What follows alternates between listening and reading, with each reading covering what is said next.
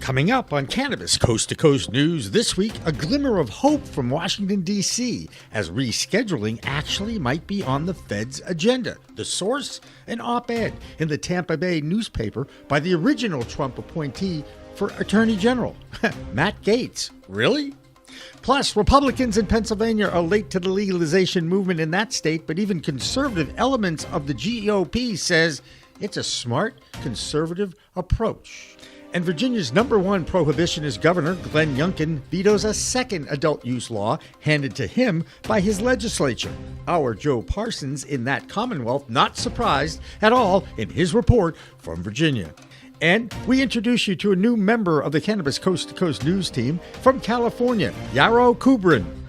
Now what we're seeing in a couple states is where they are now taking those taxes and reallocating them towards other things. Plus, get this, the DEA is now bribing young people under age of 21 to submit videos in an Anti-420 campaign for next month's Cannabis Celebration Day. Okay, it's a contest run by the Johnny Ambassadors website that is dedicated to sharing the dangers of underage use of cannabis. But I have to ask, why are prohibitionist messages allowed to be public service announcements for the masses, but the industry can't share any positive information about the plant that has saved the lives of adults and kids? Well, you can share those stories here and more on Cannabis Coast to Coast News next.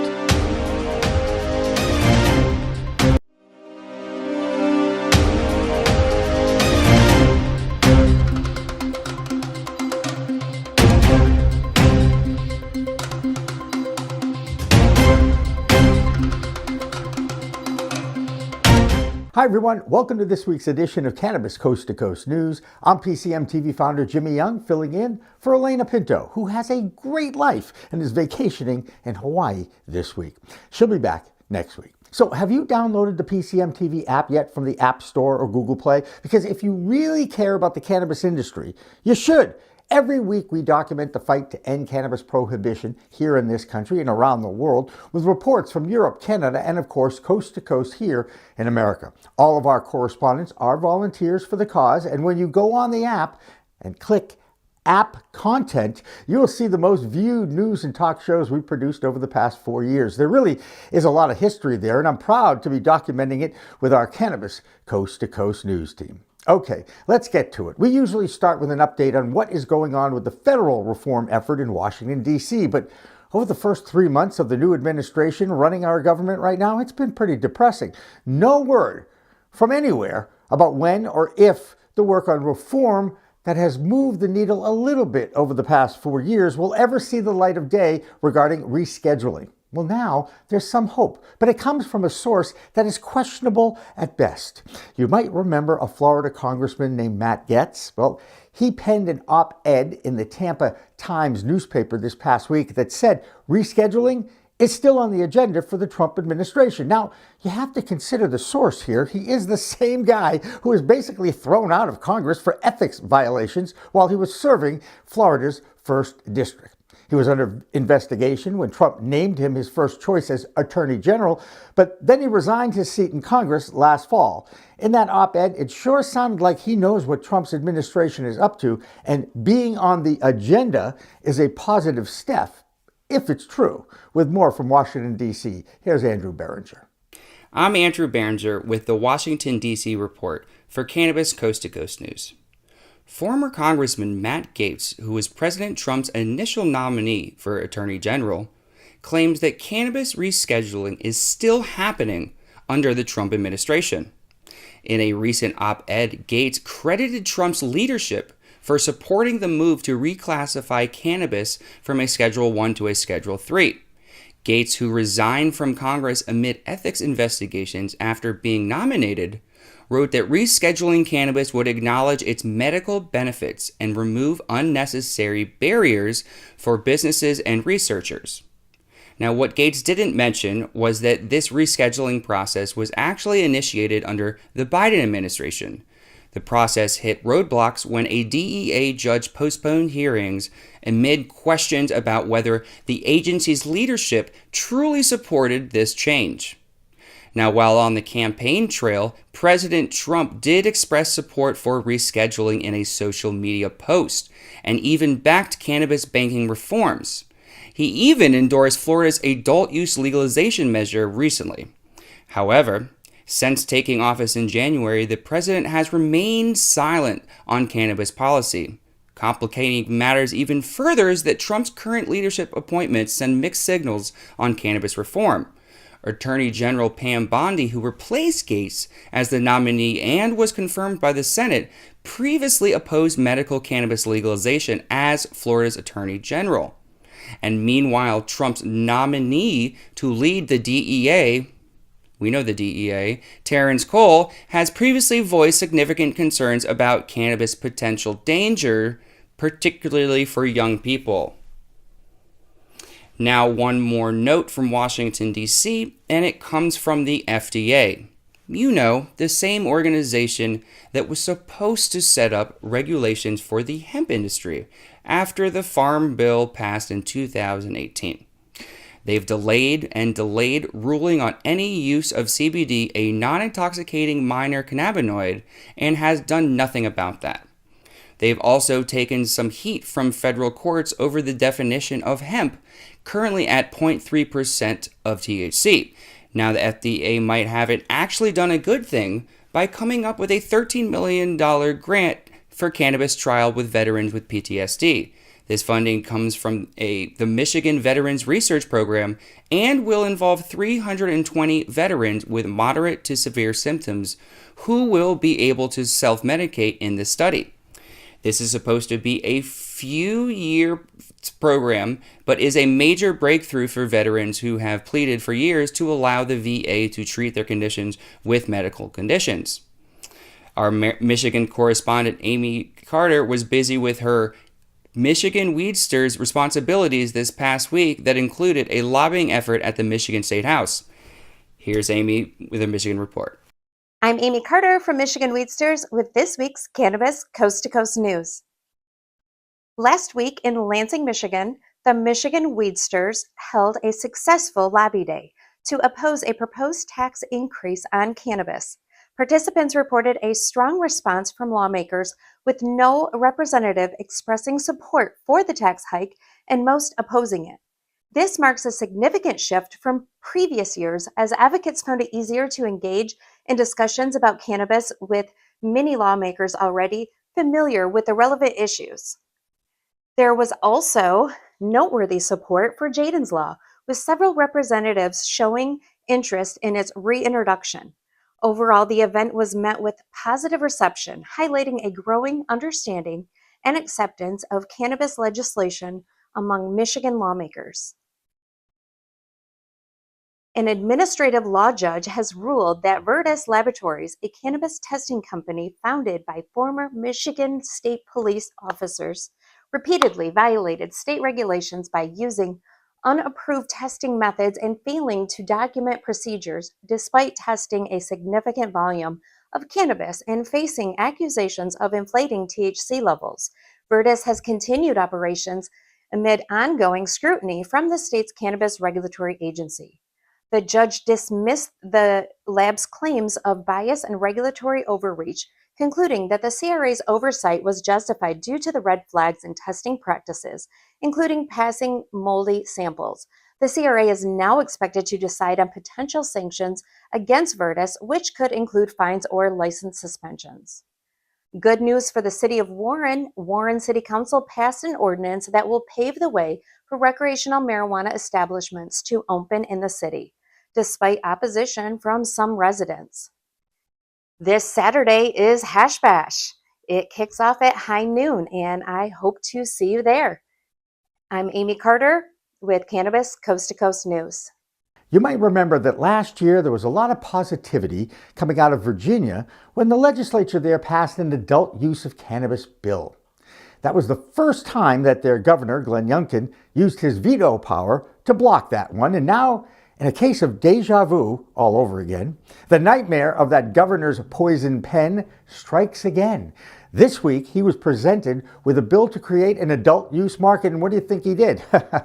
Once again, he vetoed it. So, only to suffer the same fate for everyone in Virginia. And I remember how devastated our own Joe Parsons was when that happened last year. Well, here's Joe Parsons with his reaction to last week's veto. I'm Joe Parsons with the Virginia Cannabis Connection by Higher Education's Coffee Talk, sponsored by 97.5 3WB and reporting for Cannabis Coast to Coast News. When the hard work of the lawmakers that drafted the cannabis bills for last year's session ultimately failed on the governor's desk, they had hopes that this year the governor would examine the amazing progress that has been made by our neighbors in Maryland. They had also hoped that he might actually look over the states such as New Jersey and their huge, safe, and booming market, and the newest adult use state, Ohio, that has seen record-breaking numbers that benefit their state's children and infrastructure. While there have been obstacles to overcome, these states have had proven success in their launches and have seen an actual reduction in legacy market sales.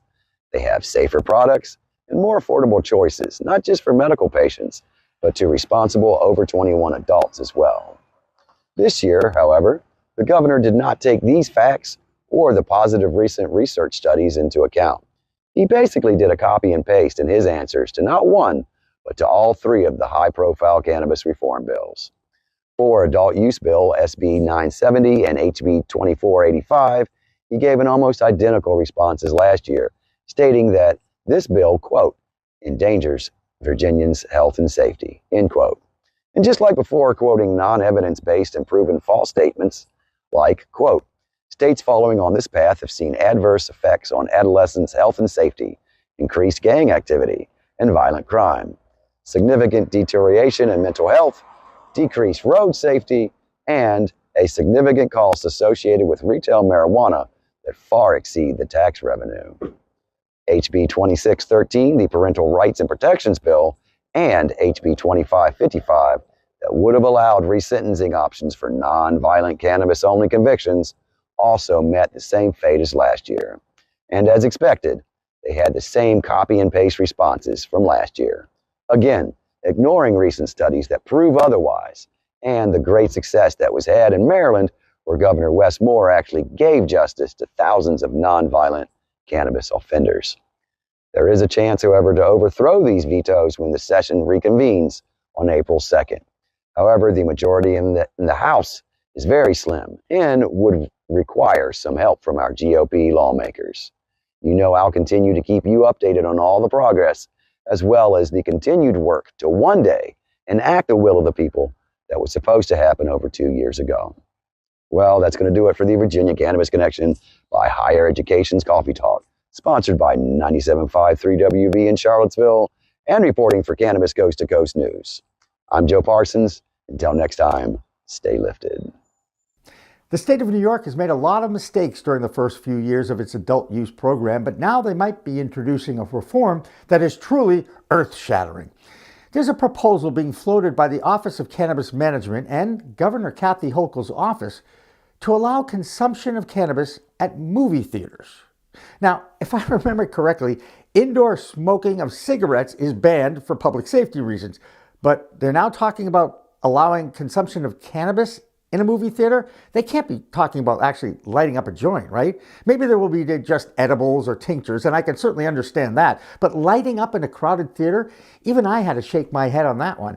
There was one more development in the New York market this week, and once again, farmers markets will be allowed to sell cannabis on location. 2 years ago, New York allowed this only to be pulled back in 2024, and now they'll be giving it another shot.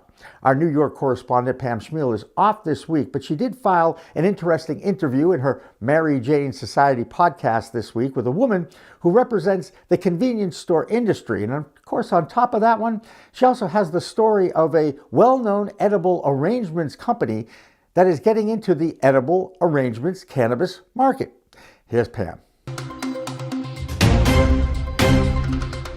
This is Cannabis Coast to Coast News. I'm Pam Schmiel reporting from New York. The dominoes are falling fast as major retailers continue to embrace THC beverages. Just this past week, Edible Arrangements launched its new cannabis division, Edible Brands, while Hudson News best known for their airport stores, quietly unveiled its growing cannabis division by securing a New Jersey cannabis distribution license. Yet one major retail segment remains a holdout: convenience stores. The National Association of Convenience Stores, otherwise known as NACS, a powerful and politically influential trade group, has kept THC drinks at arm's length. Because cannabis remains in a legal gray area, NACS prohibits cannabis brands from showcasing at its massive trade show where buyers and brands connect.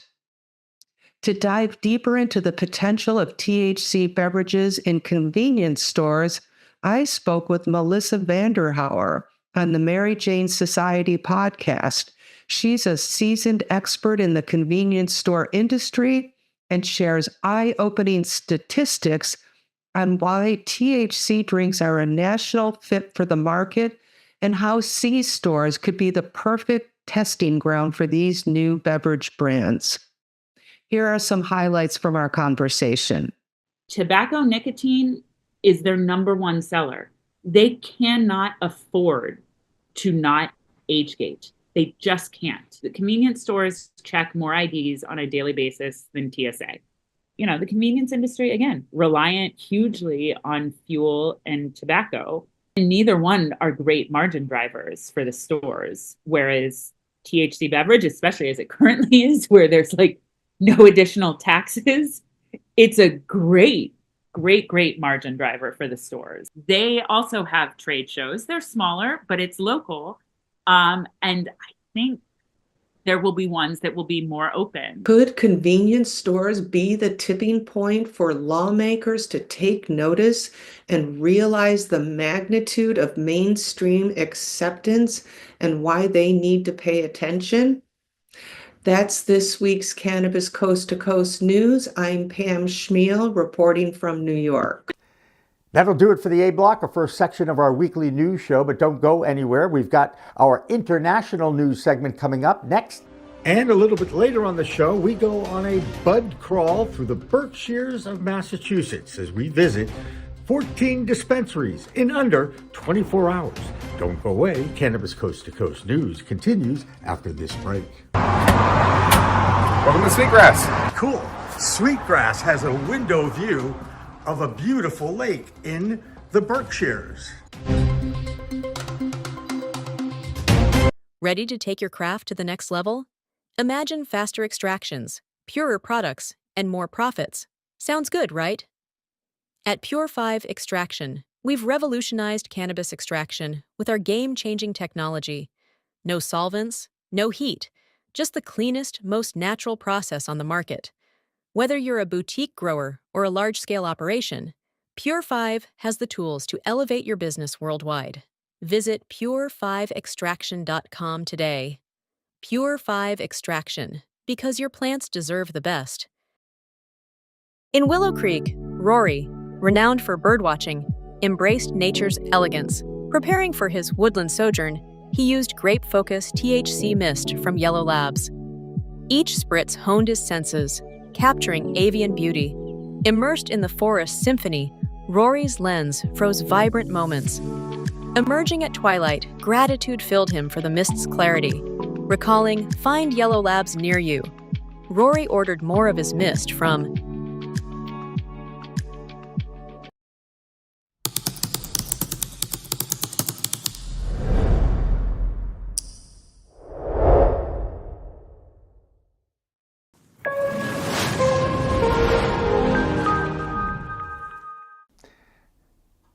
Welcome back to Cannabis Coast to Coast News. I am PCM TV founder Jimmy Young, and this is the B Block, or second section of our weekly Cannabis Coast to Coast news show. This is when we take a look beyond the borders of the United States to see what's going on in other parts of the world. France is moving forward with their reforms, and you know about that experiment in Switzerland? Well, there's been some pushback on that. Here's our European correspondent Ben Stevens, followed by Debbie Facey in Canada. I'm Ben Stevens with Business of Cannabis with this week's European Cannabis Report for Cannabis Coast to Coast News. This week, Switzerland's southernmost canton, the Italian-speaking Ticino, located south of the Alps, voted to wash its hands of involvement in the country's thriving adult use pilot projects. Since 2021, Switzerland has allowed for the small-scale adult use cannabis pilot projects to be launched by the local authorities. These are strictly for scientific research purposes and are intended to provide an evidence base for the best way to legalise cannabis at a federal level in the future, a project Switzerland has recently launched. Despite the wider government's relatively liberal stance on cannabis reform, the Council of Ticino held a heated debate on proposals to launch 2 trials in the region, awash with prohibitionist rhetoric. In the debate, opponents of the bill put forward the widely debunked gateway drug theory and claimed that while pilot projects were presented as harmless and scientifically neutral, they actually contribute to a dangerous trivialization of cannabis, especially among younger generations. More pertinently, they argued that given 7 pilot projects are currently up and running, there was little need to duplicate the results.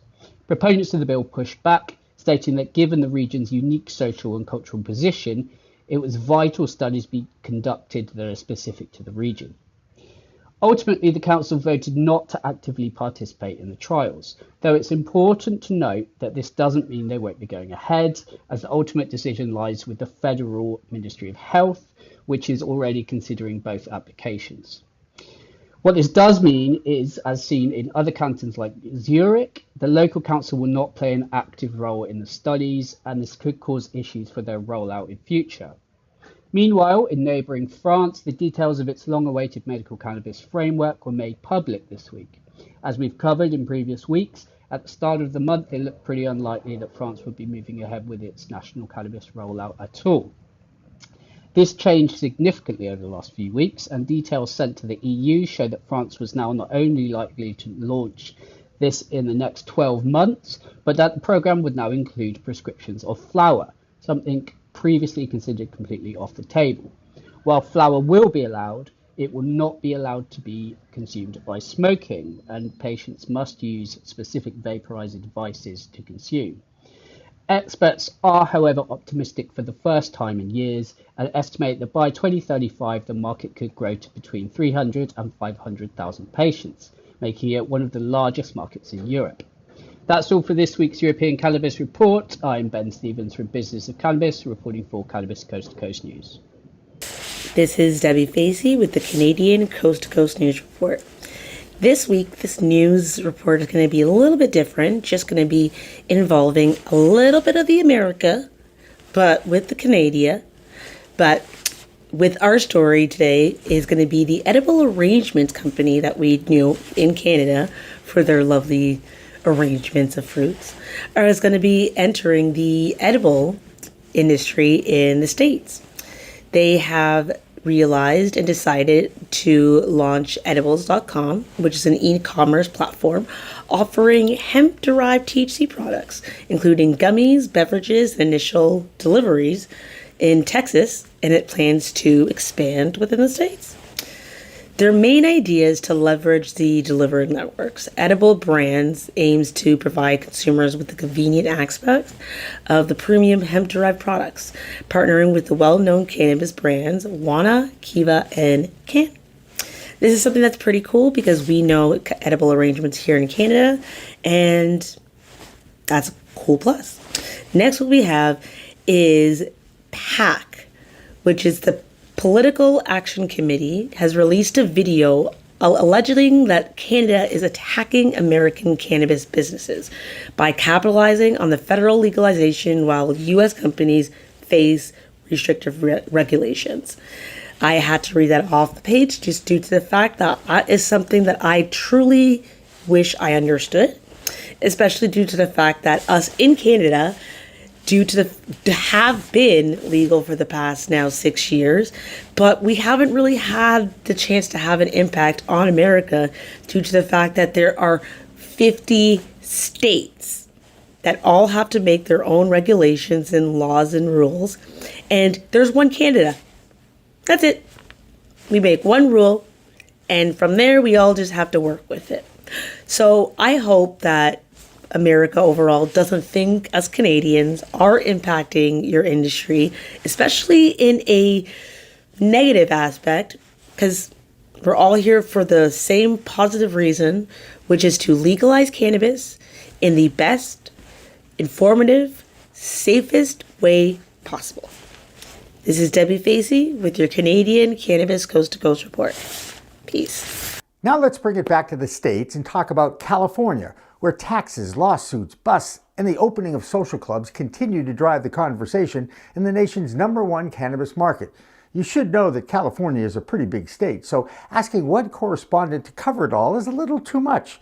So now we get it from another Northern California correspondent. His name is Yaro Kubrin, and he joins Dina Naguib in the South. Now, Dina was on hand for an opening of a new dispensary called Catalyst in San Diego, located at a former MedMen dispensary.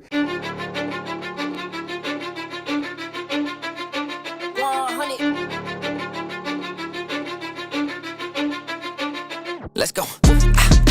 Welcome to the main event. Applying pressure, but I promise I ain't make it then. Appreciate y'all. Catalyst, San Diego. We're getting our roots down deeper here. We for the people. Ow!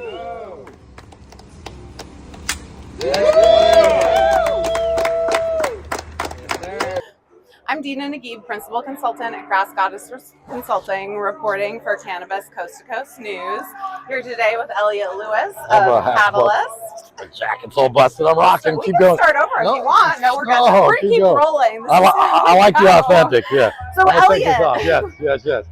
We had your grand for San Diego today. That's number 30, right? 32. 32. Yeah. Holy moly. Yeah.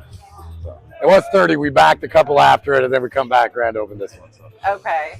Well, yeah. What does San Diego mean to you? Do you want to just talk a little bit about it? Yeah, I mean, it's just super exciting. You know, we want to make a good effort to get our, really get our roots into the community. I was joking on the way here. Guys are making some more Dodger swag. I was like, we better be a little more neutral with the Padres and whatnot. But no, man, it's just a super cool place.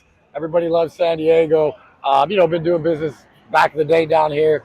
A lot of cool different businesses already here, so we're just happy to be, part of the cannabis industry here and hope to get deeper involved in the community. Awesome. Well, I appreciate everything that you do for the community. You have a huge footprint in California. I will say, as a 15-plus year season ticket holder for the Padres, definitely hoping that you can kind of toe that line a little bit. But I appreciate a good competition. I'm going to get a little more political with the Dodger thing. We love the Giants and the Padres too, but no, just mess around. But yeah, no, I think at the end of the day, everybody appreciates a little healthy rivalry. In fact, some of our buddies we have down here that have stores, they're coming up maybe for the Padres-Dodgers game, so it will be fun. Not to go down that MLB rabbit hole, but just happens to be fresh in my mind as we were chatting about it on the way down here. I love that. Well, congratulations. Thank you for taking a minute to chat with us today. This is Dina for Cannabis Coast to Coast News. Thank you. And one more thing. Remember this. Fire weed, fire prices, weed for the people.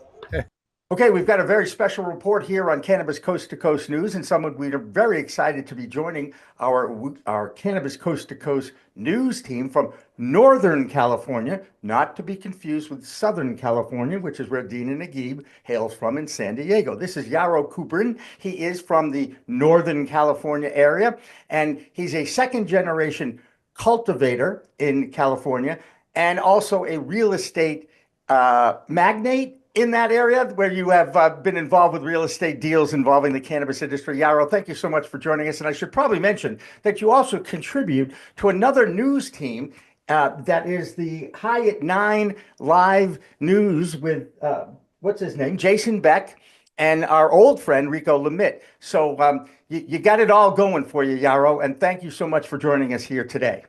Yeah, 2 points of clarification right out of the gate. I'm not a real estate magnate. I'm a real estate mogul, because a mogul is a bump on a hill, and that's pretty much what I am. The second thing is that I am not a contributor to High at 9 News. I am a detractor. They just can't unplug my microphone quick enough.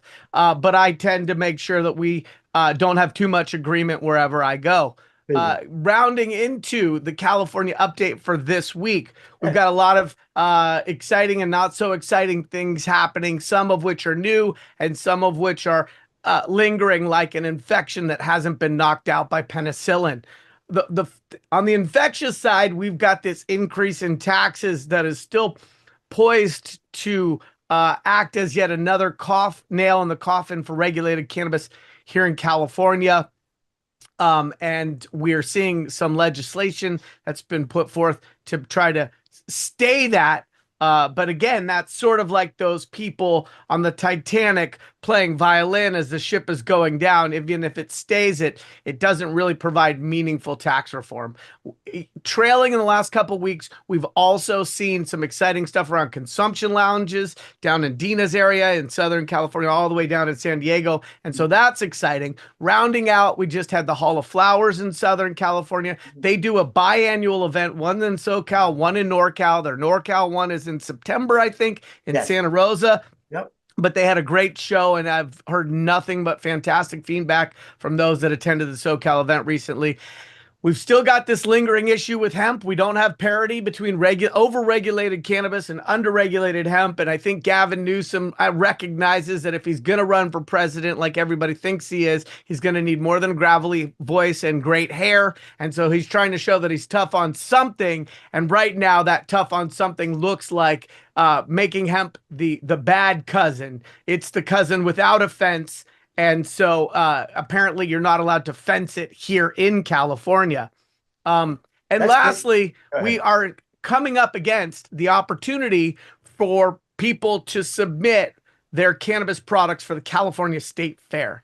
This year, we're not going to have an Emerald Cup after 20 years continuous. And so the State Fair is going to be one of the only opportunities for people who are growing, manufacturing, creating products to be able to submit their wares. And this is the first state fair in the history of the country where they're actually not only just testing for terpenes and cannabinoid profiles, but also having judges, that human interaction between the plant and the person. And they're going to take that information like they did last year and award winners. Now, I wouldn't be from NorCal if I didn't point out that about 3/4 of the winners, both in indoor, outdoor, and mixed light last year, were from Humboldt, Mendocino, Trinity, the Triangle, Sonoma County. The Triangle. Yeah. Triangle and triangle adjacent. And so my hope is that people remember that awards matter and that it's not just about the gold, it's about the glory.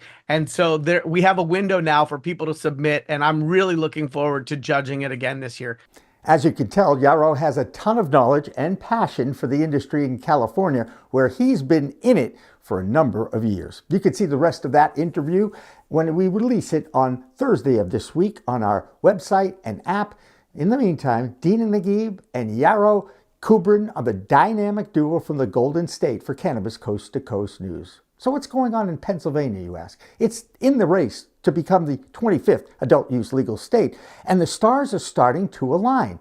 The state's legislature there is kind of a frustrating thing because if you are an outsider looking inside at the workings of our federal government and other state governments, it's when one side of the aisle disagrees with the other side, and just because it came from the other side of the aisle. Now, the other party, this is not conducive to civil discussion in order to get anything done for this country. Yes, the Democrats made a lot of noise over the past 4 years, and they moved the needle a little bit on federal reform, but for the most part, they failed when they had the opportunity. Now the Republicans are in control. They see an opportunity for their party to become the heroes in the reform movement.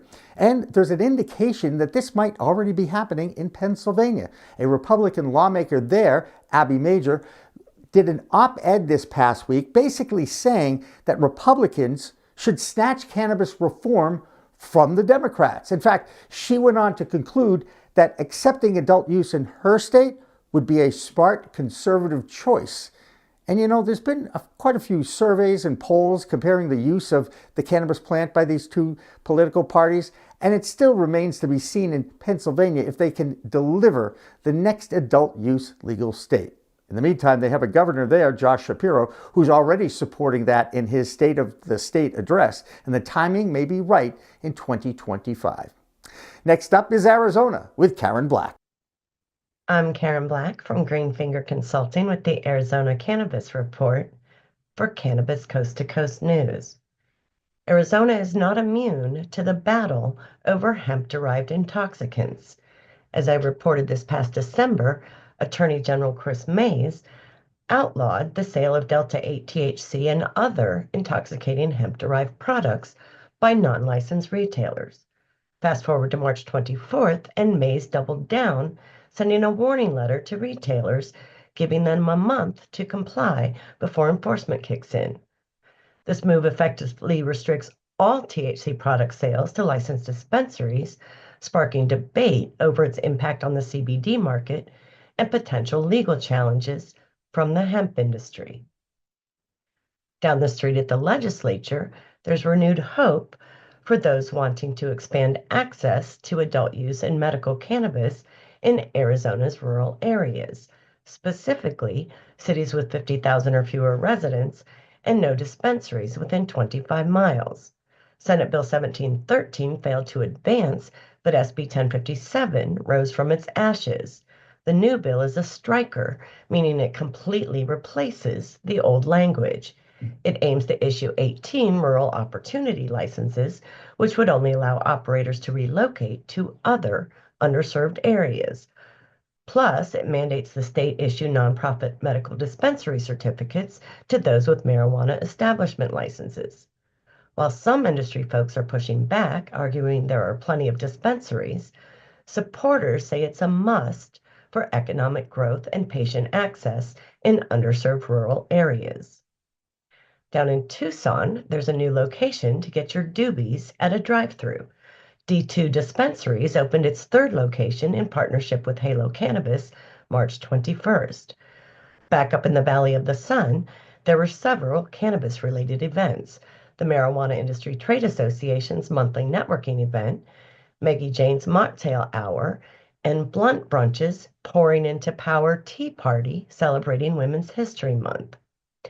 Also, the Arizona Department of Agriculture held its 6th annual Agribusiness Roundtable and Water Council meeting in Tempe, and Arizona NORML held its April chapter meeting at Bud's Glass in Phoenix.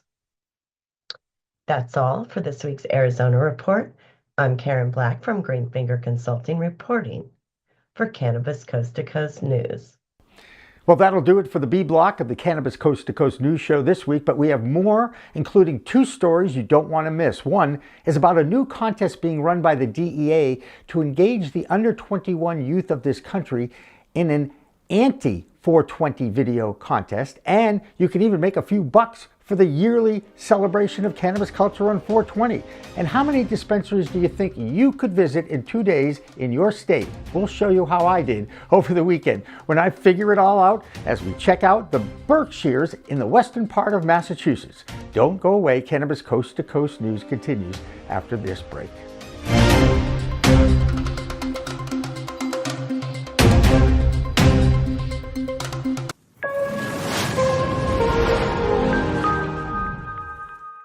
Welcome back to the final section, or C block, of Cannabis Coast to Coast News. I'm PCM TV founder Jimmy Young, filling in for the vacationing Elena Pinto, who I promise will be back next week. Final reminder, please download the PCM TV app at the Google Play or App Store. It's free, and there you will find the most watched videos PCM TV has produced over the past 4 years. Each one of the news shows has over 10,000 views on YouTube, and there really is a documentation of the fight to end cannabis prohibition on that app. If you're interested in joining our staff of contributors, please reach out to me at jimmy@procannabismedia.com. Another legal state that continues to battle with their elected officials is Ohio. The Republican-controlled Senate in Ohio is trying to roll back many of the voter-initiated changes to cannabis laws in that state. The populace is not happy with their current lawmakers, and their governor, Mike DeWine, he would like nothing more than have this issue go away. In fact, he'd probably like the industry to go away as well, although he likes those heavy tax loads, I am sure. In the meantime, let's check in with our Ohio voter and advocate for the cause, Christina Brisson. Hi, I'm Christina Brisson with Over the Top Renovations with your weekly Ohio Cannabis Report with Cannabis Coast to Coast News. Ohio sales have topped over $2.5 billion as of March 15th, and we've opened a new dispensary called Nectar in Southwest Ohio, strategically placed just on the other side of the Indiana border where cannabis still remains illegal. But as we see new stores open and new products coming, CBD store owners are afraid they're about to go out of business. These new House and Senate bills propose that CBD is now sold in dispensaries, receive a 15% tax, and only those people over the age of 21. But not to end everything in just bad news, it is April, and this festival is coming up just around the corner. The Ohio 420 Cannabis Festival, of course, on 420 in Jacobsburg, Ohio, free for everyone to attend, so get out and participate. That is your weekly Ohio Cannabis Report, and I am Christina Brisson with Over the Top Renovations and Cannabis Coast to Coast News. No Oregon report this week from Marianne Kersage as she takes off a few weeks to launch her Alibi brand in New York State. That state of Oregon has seen a lot of violence against dispensaries, a recall of products for mold and other growths, and now they're turning to the hemp products. By definition, hemp should only have 0.3% of intoxicating cannabinoid THC in dry weight if you measure it. Now, humans being humans, a loophole in the Farm Bill of 2018 that legalized the cannabis sativa plant in that hemp form has backfired now. There's a rogue billion-dollar market for all those hemp-based beverages, flowers, edibles, and vapes, all derived from the same plant and measured in order to be considered to be hemp. But now in Oregon, they're testing hemp products, and what do you think they found? More THC than it's supposed to be in there.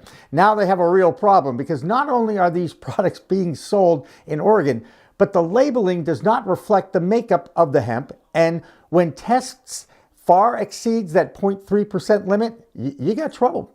Researchers from that state's Compliance Commission conclude that the results of their secret study showed widespread non-compliance with state and federal laws.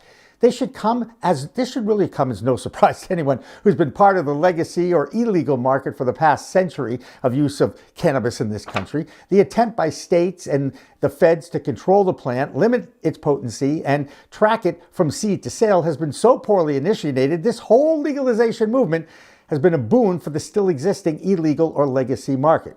Now, trying to control either side of the plant is going to be very difficult, yet many states believe that Oregon are trying just to do that. In the meantime, let's go to Oklahoma and check in with Kimmy Cannabis.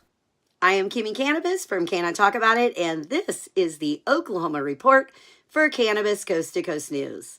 Eagles Farm, a family-run cannabis business in Muskogee County, was raided on June 14, 2021. Melinda Halliburton and her family suffered the devastating loss of over 60,000 plants, chopped, burned, and destroyed. Halliburton described the experience as a targeted attack, a family business dismantled by racism and stereotypes, stating they used several government agencies to destroy medicine we were proudly growing to save lives. After nearly 4 years of legal battles, her fight for justice ended on February 14th, when her case was dismissed with one charge deferred without conviction. We celebrate her resilience and her victory. Meanwhile, the Texoma-Hitta high-intensity drug trafficking area released a 79-page report painting a misleading picture of Oklahoma's cannabis industry. The report exaggerated statistics, reinforcing outdated reefer madness narratives.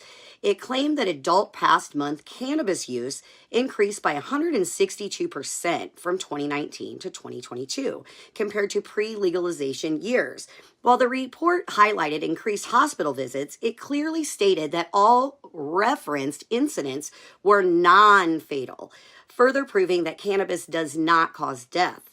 Our very own Jimmy Young stated, "What isn't explained, as usual, is the fact that of course there is increased use. It's legal and available. Emergency room visits are because people aren't used to stronger cannabis that is now accessible. They need education about what to do when they get too high.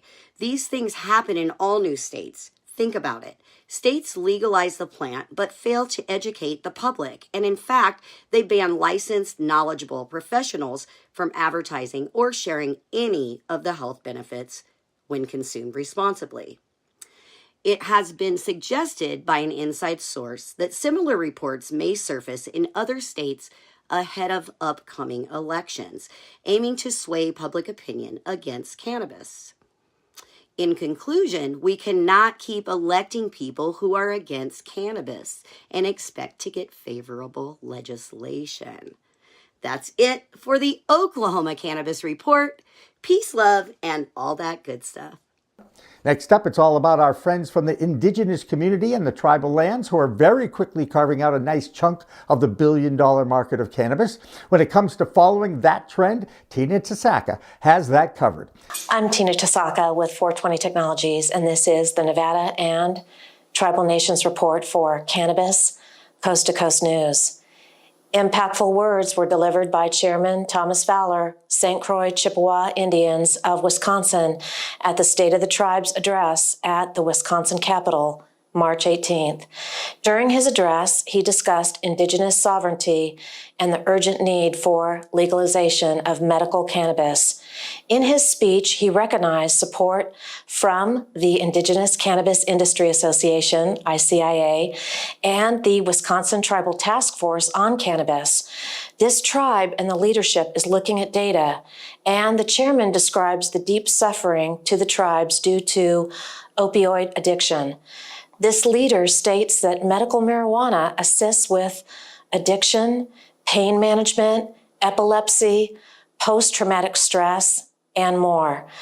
Please watch an excerpt from this eloquently delivered message from Chairman Fowler.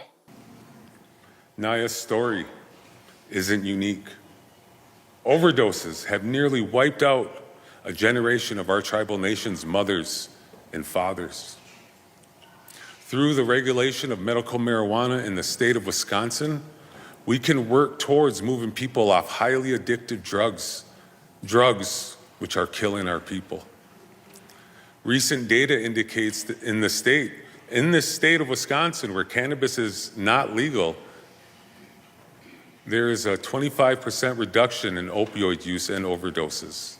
UNLV's Cannabis Policy Institute continues deep forensics into Nevada's cannabis industry.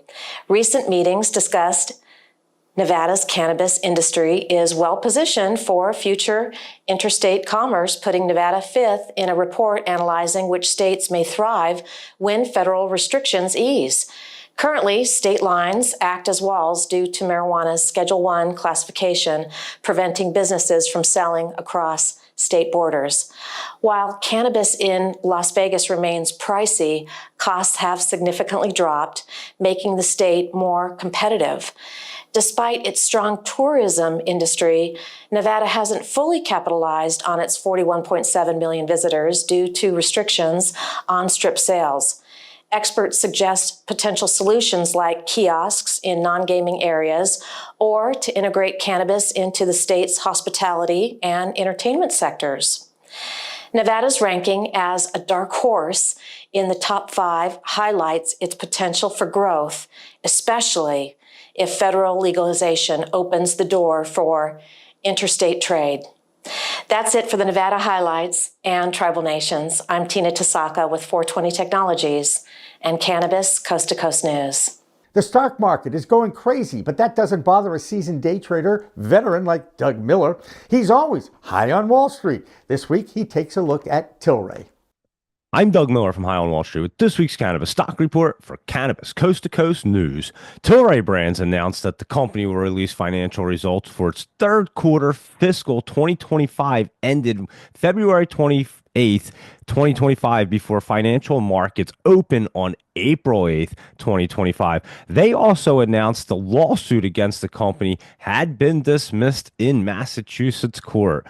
So let's see how the stock chart looks. It's trading around 66 cents with some recent pullback. It does appear it wants to run up a little bit, but this market is super choppy, so you have to trade smart and lock in those profits. And that's this week's Cannabis Stock Report. Reporting for Cannabis Coast to Coast News, I'm Doug Miller. And finally tonight, a very disturbing story about a sneaky move by the DEA to counter the 420 cannabis celebration that happens to fall on April 20th, Easter Sunday this year. Now, I don't spend any time on Instagram, but I know how popular it is among young people. It's their practice of censorship and shadow banning for people in the cannabis industry that really makes me mad. Now, the DEA is never going to be shadow banned for this promotion they are supporting to create messaging by young people that is anti-420. Why don't we just call them all prohibitionists. The DEA is encouraging young people to post and also send in their short videos with their anti-THC messages. They could win $25 or $50 if chosen. This contest has been organized by the Johnny Ambassadors Foundation, a group of cannabis prevention activists who are asking that on April 20th, they want to flood Instagram with their anti-THC messages. They are urging young people to share their own stories and provide education on why young people should not use THC. How about the fact that it's an adult product over 21? Can we start there? Does anybody think this is fair anyway? Is this how we should be educating our kids? So public service announcements that are anti-cannabis are okay to share with the masses, but any story about the positive effects of this plant medicine should be banned. Do you have any idea how many young people's lives have been saved and changed who use this plant for medicinal purposes? The DEA will not be sharing those stories, even though the anecdotal evidence is overwhelming. I could probably rant a lot more about this subject, but the bottom line is we need to educate all consumers about the impact this plant can have on your life. Now, if you consume it responsibly and get educated, perhaps there is a way to find it. It's not for everybody, but pushing the envelope to see just how much they can get away with, that's what young people do. And it's up to the parents and the adults to guide them and put parameters and boundaries on their activities. Now, I'm just looking for balanced messaging, preaching education and responsible use. Okay? Okay? That'll do it for this week's edition of Cannabis Coast to Coast News. I'm PCM TV founder Jimmy Young, reminding you all that it is a whole new world of weed out there, so please consume responsibly if you choose to do so. I now leave you all with some video from the Yellow Labs bud crawl that in the Berkshires of Massachusetts that I took part in over this past weekend. 14 dispensaries in all in under 24 hours, and only one that wouldn't allow me to take any video footage. And no, I won't name that one. In the meantime, I will tell you that Elena Pinto will be back next week.